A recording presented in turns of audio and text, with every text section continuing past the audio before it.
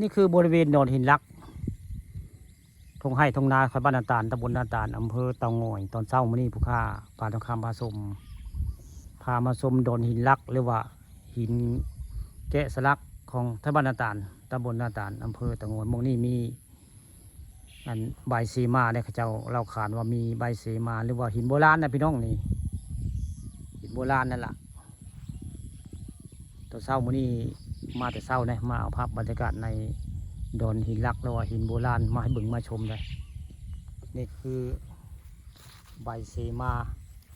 หินใบแรกของพามาชมพี่น้องวันนี้มื้อนี้พ่อค้าปาราคาพาชมพามาเบิ่ง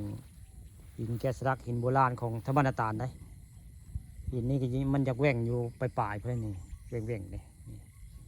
จะแหว่งไปปลายมื้อนี้พ่อค้าปาราคาพาชมมาแต่เช้าได้พามาเบิ่งใบเสมาของทบ้านนาตาลตำบลนาตาลอำเภอเตางอยมองจากอันถนนใหญ่มานี่ก็มาใบเสมานาตาลที่มีทางคอนกรีตเข้ามาได้ระยะทางประมาณ800 เมตรหรือ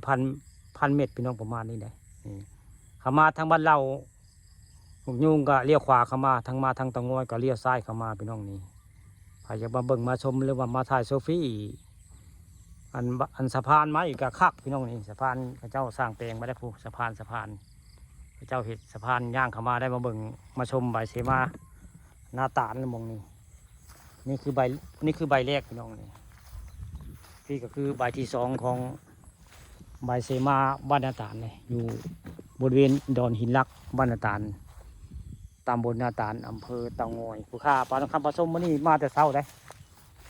มาเอาภาพบรรยากาศในบริเวณดอนหินลักของทบ้านนาตาลมาให้เบิ่งมาชมนี่แหละคือหินแกะสลักหินโบราณไทยบ้านนาตาลตำบลนาตาลนั่นนี่มองนี่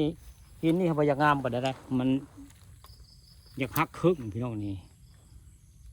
แต่ว่าข้าเจ้าแกะสลักคือการหินตัวนี้ถือว่า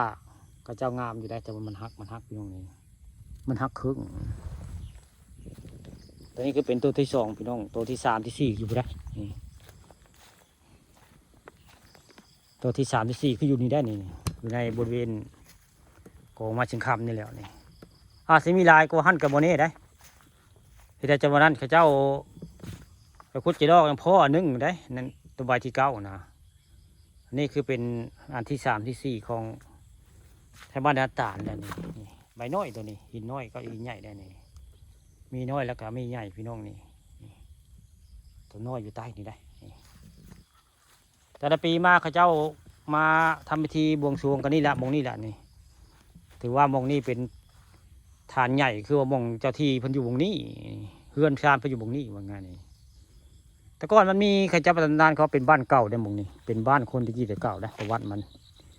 อยู่บริเวณนี้เป็นบ้านห้างเลยข้าเจ้านี่ประวัติว่าเป็นบ้านห้างที่กี่แต่เก่าได้อันนี้คือใบที่ห้าพี่น้องนี่ใบเสมาหินใบที่ห้าได้นี่มันนี่ผู้ค้าปานค้ามาชมผ้ามาเบิ่งใบเสมาหินแต่เศร้าพี่น้องเรียกว่าหินแกะสลักของไทยบ้านนาตาลตำบลนาตาลอำเภอเตางอยแหละนี่แหละใบเสมาหรือว่าหินแกะสลักสมัยโขมแหละนี่ตัวนี้สมบูรณ์แบบพี่น้องสมบูรณ์แบบคักได้ตัวนี้บ่มีการหักบุ้มอย่างได้นี่งามตัวนี้อยู่ใต้ต้นไม้เปื่อยนี่ต้นไม้เปื่อยใหญ่ตัวนี้แล้วก็ไม้ซาดได้ถึงครึ่งตัวนี้คือใบที่หกเลยตัวนี้ใบที่หกนี่ก็สมบูรณ์แบบได้ใบที่หกนี่สมบูรณ์แบบผู้ค้าเฮิงแล้วบริมามื้อนี้มาภาพอันใบเสมาหินหรือว่าหินโบราณของทบ้านนาตาลมาให้เบิ่งมาชมได้มื้อนี้ผู้ค้าปลาทองคำผสมมาแต่เช้าแล้วมื้อนี้พามาเบิ่งใบเสมาหินแต่เช้าพี่น้องนี่แหละคือดอนหินลักของทบ้านนาตาลตำบลนาตาลอำเภอเตางอยผู้ค้าปลาทองคำผสมมื้อนี้พามาชมดอนหินลักบ้านนาตาลหรือว่าหินแกะสลักไทยบ้านนาตาลได้มาตอนเช้าพี่น้องมื้อนี้อันนี้คือเป็นใบที่หก ใบที่7บ่ติเนาะ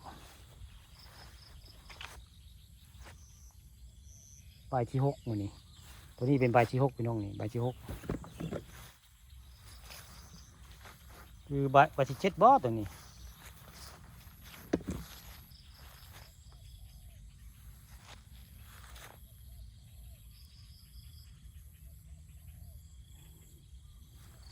ตัวนี้เป็นใบที่7นะพี่น้องใบที่7ตัวนี้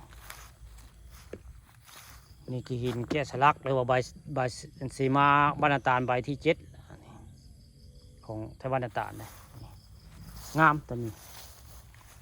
แกะสลักได้งามแต่ว่าตั้งไว้ตัวนี้ตั้งเก็บเถินได้นี่ตัวหน้าทำบ่งามเด้เห็ดไปให้คือจะซื้อว่าเป็นใบเสมาแต่ว่าบริเกะสลักได้ตัวนี้